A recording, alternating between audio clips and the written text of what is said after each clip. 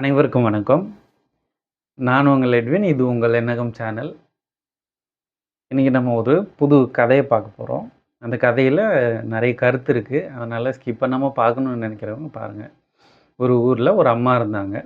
அந்த அம்மாவுக்கு கடவுள் அப்படின்னா அவ்வளோ ஒரு பிரியம், அவ்வளோ ஒரு காதல், அவ்வளோ ஒரு ஆசை, இப்படின்னு என்ன வேணால் சொல்லலாம். அந்தளவுக்கு அவங்களுக்கு கடவுள் அப்படின்றவங்கள ரொம்ப பிடிக்கும்.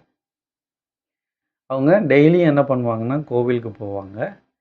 ஆனால் கோவிலுக்கு உள்ளே அவங்க போனதில்லை. கோவிலுக்கு வெளியே நின்று சாமி கும்பிட்டுட்டு தினந்தோறும் அவங்களோட ஆசையை, அவங்களோட வேண்டுதலை என்ன சொல்லுவாங்க, என்ன பண்ணுவாங்க அப்படின்னா சொல்லுவாங்க அந்த கடவுள்கிட்ட. அவங்களுக்கு என்ன அப்படின்னா கடவுள் கேட்டுக்கிறாரு, கண்டிப்பாக நமக்கு செய்வார் அப்படின்னு சொல்லிட்டு நிறைய விண்ணப்பங்கள், நிறைய கோரிக்கைகள், நிறைய ஆசைகள் அப்படின்னு நிறைய வச்சிட்டு இருந்தாங்க. ஒரு நாள் அந்த ஊரில் திருவிழா, அந்த சாமிக்கு, அதாவது அவங்க டெய்லி கும்பிட்ற அந்த சாமிக்கு திருவிழா. திருவிழானாலே நம்ம எல்லாருக்குமே தெரியும், ஒரே எங்கே பார்த்தாலும் லைட் செட்டிங், அப்புறம் கடைங்க, குழந்தைங்களோட அந்த கூச்சல் சத்தம் இப்படின்னு சொல்லிட்டு ஒரு அழகான வர்ணனை கொடுக்கலாம். அப்படி ஒரு பெரிய திருவிழா. அந்த திருவிழாவில் இந்த அம்மா தன்னோட குழந்தைங்களோட என்ன பண்ணுறாங்கன்னா அந்த கோவிலுக்கு போகிறாங்க. ரெகுலராக அவங்க போய் கும்பிடுவாங்க இல்லையா, அந்த கோவிலுக்கு போகிறாங்க. அந்த கோவிலுக்கு உள்ளார அவங்களுக்கு அனுமதி மறுக்கப்படுது. அதாவது நீங்கள் உள்ளே போக முடியாது, உள்ளே போய் சாமி கும்பிட முடியாது அப்படின்னு சொல்கிறாங்க. அப்போ தன்னோட குழந்தைங்க அங்கே இருக்கிறத பார்த்த அந்த அம்மாவுக்கு ரொம்ப வருத்தமாக போகுது. இவ்வளோ நாள் நம்ம இதை அட்ஜஸ்ட் பண்ணிக்கணும், கேட்டுக்கணும், போய்க்கணும். ஆனால் இன்றைக்கி நம்ம குழந்தைங்க இருக்கு இல்லையா அப்படின்னு சொல்லிட்டு, சரி ஓகே அப்படின்னு சொல்லிட்டு அவங்க சாமியை பார்த்துட்டு வெளியிலே நின்று பார்த்துட்டு போயிட்டாங்க. அவங்க வீட்டுக்கு போனோடனே அவங்க குழந்தைங்க கேட்குறாங்க, அம்மா எல்லா குழந்தைங்களும் கோவிலுக்குள்ளார போய் சாமி கும்பிட்றாங்க, ஆனால் நம்மளை மட்டும் ஏம்மா உள்ளே போக வேணாம் அப்படின்னு சொல்கிறாங்க அப்படின்னு சொல்லி அந்த அவங்களோட குழந்தைங்க கேட்குறாங்க. அதை கேட்ட அம்மாவுக்கு மனசில் உள்ள குமுறல், என்ன குழந்தைங்களுக்கு நம்ம சொல்லி கொடுக்கறது, என்ன சொன்னால் குழந்தைங்களுக்கு சரியாக இருக்கும் அப்படின்னு சொல்லிட்டு ஒரு குமுறல். என்ன அப்படின்னு பார்த்தீங்கன்னா, அவங்க அந்த ஊரை பொறுத்த வரைக்கும் ஒரு தீண்டத்தகாதவங்க அப்படின்னு ஒதுக்கி வச்ச ஒரு சமூகத்தை சார்ந்தவங்க.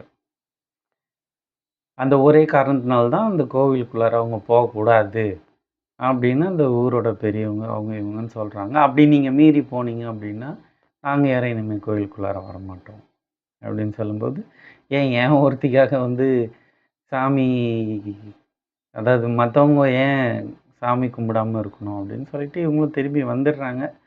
அடுத்த நாள் காலையில் பார்த்தீங்க அப்படின்னா கோவிலில் போய் சாமி கும்பிட்ட எல்லாருமே அந்த பொண்ணோட வீட்டுக்கு பூ, அப்புறம் அது என்னது மாலை, அப்புறம் சாமிக்கு என்னென்னலாம் அவங்க நேர்த்தியாக செய்வாங்களோ அது எல்லாத்தையும் எடுத்துக்கின்னு இந்த பொண்ணு வீட்டுக்கு வராங்க. அதாவது அந்த அம்மா வீட்டுக்கு வராங்க. என்னடா அப்படின்னு பார்த்தா கடவுள் ஓரளவுக்கு பொறுத்து பார்த்தாரு.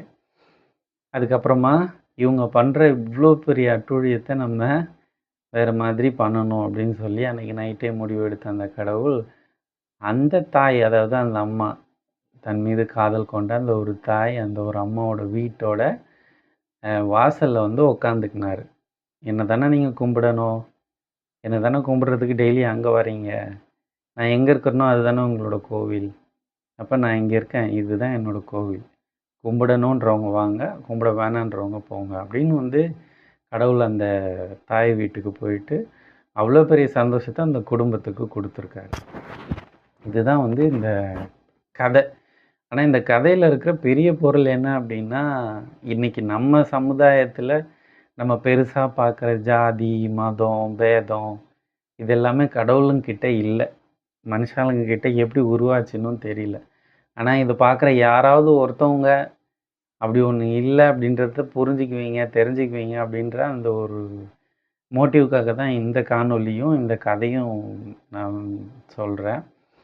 மறக்காமல் இந்த மாதிரியான அர்த்தமுள்ள ஒரு கதைங்களோட கருத்துக்களையும் உங்களோட ஷேர் பண்ணிக்கணும்னு ஆசைப்பட்றேன்.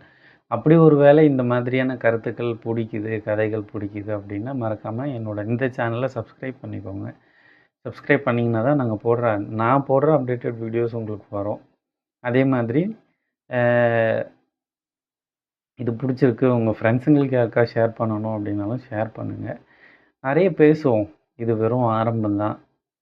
சரிங்களா? ஸோ நிறைய பேச போகிறோம், நிறைய டிஸ்கஸ் பண்ண போகிறோம். இது வெறும் கதை அப்படின்னு மட்டும் இல்லாமல் ஒரு ஒரு சின்ன மாற்றம் மற்றவங்களோட மனசுக்குள்ளார வரும் அப்படின்ற ஒரு நம்பிக்கையோட நான் இந்த காணொலியை முடிக்கிறேன்.